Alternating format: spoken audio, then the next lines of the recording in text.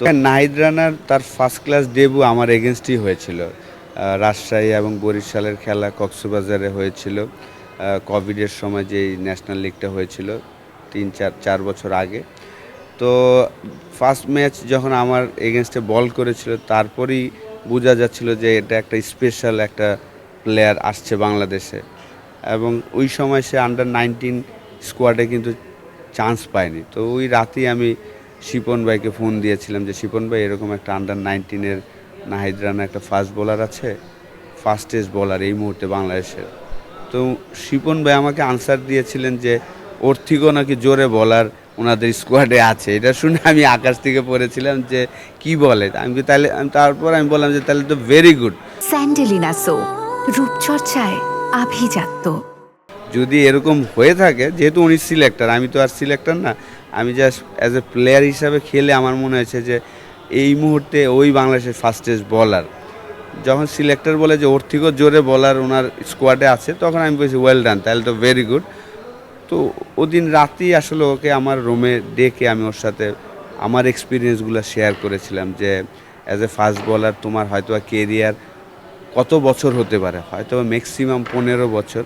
Batsman হলে বেশি হয়, ফাস্ট বোলারদের কেরিয়ারটা কিন্তু বেশি হয় না, কারণ ইনজুরি থাকবে, অনেক কিছু। ওই আমার এক্সপিরিয়েন্সগুলোই তারা শেয়ার করার চেষ্টা করেছিলাম।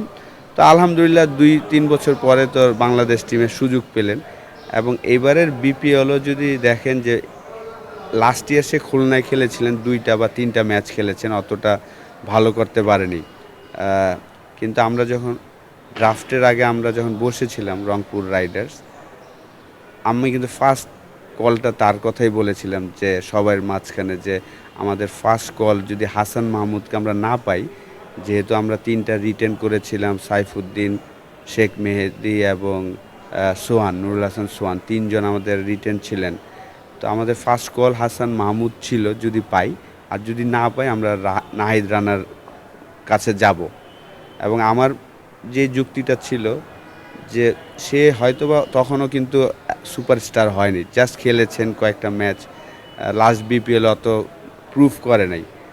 তো আমার যে জিনিসটা ছিল যে বোঝানো আমাদের ম্যানেজমেন্টকে যে ও যদি সুস্থ থাকে এবং ও যদি এই বলটাই করে, আমাদের লোকাল প্লেয়ারদের জন্য ইজি হবে না। এই 145 কিলোমিটার বল খেলা এতটা ইজি না। সে যদি নাও খেলে, সে যদি আমাদের নেটে বলও করে, আমাদের ব্যাটসম্যানদের জন্য বেনিফিট হবে। যখন আপনি 145 কিলোমিটারের বল নেটে ফেস করবেন, যখন আপনি ম্যাচে যাবেন 130-35, তখন আপনার জন্য সহজ হয়ে যাবে।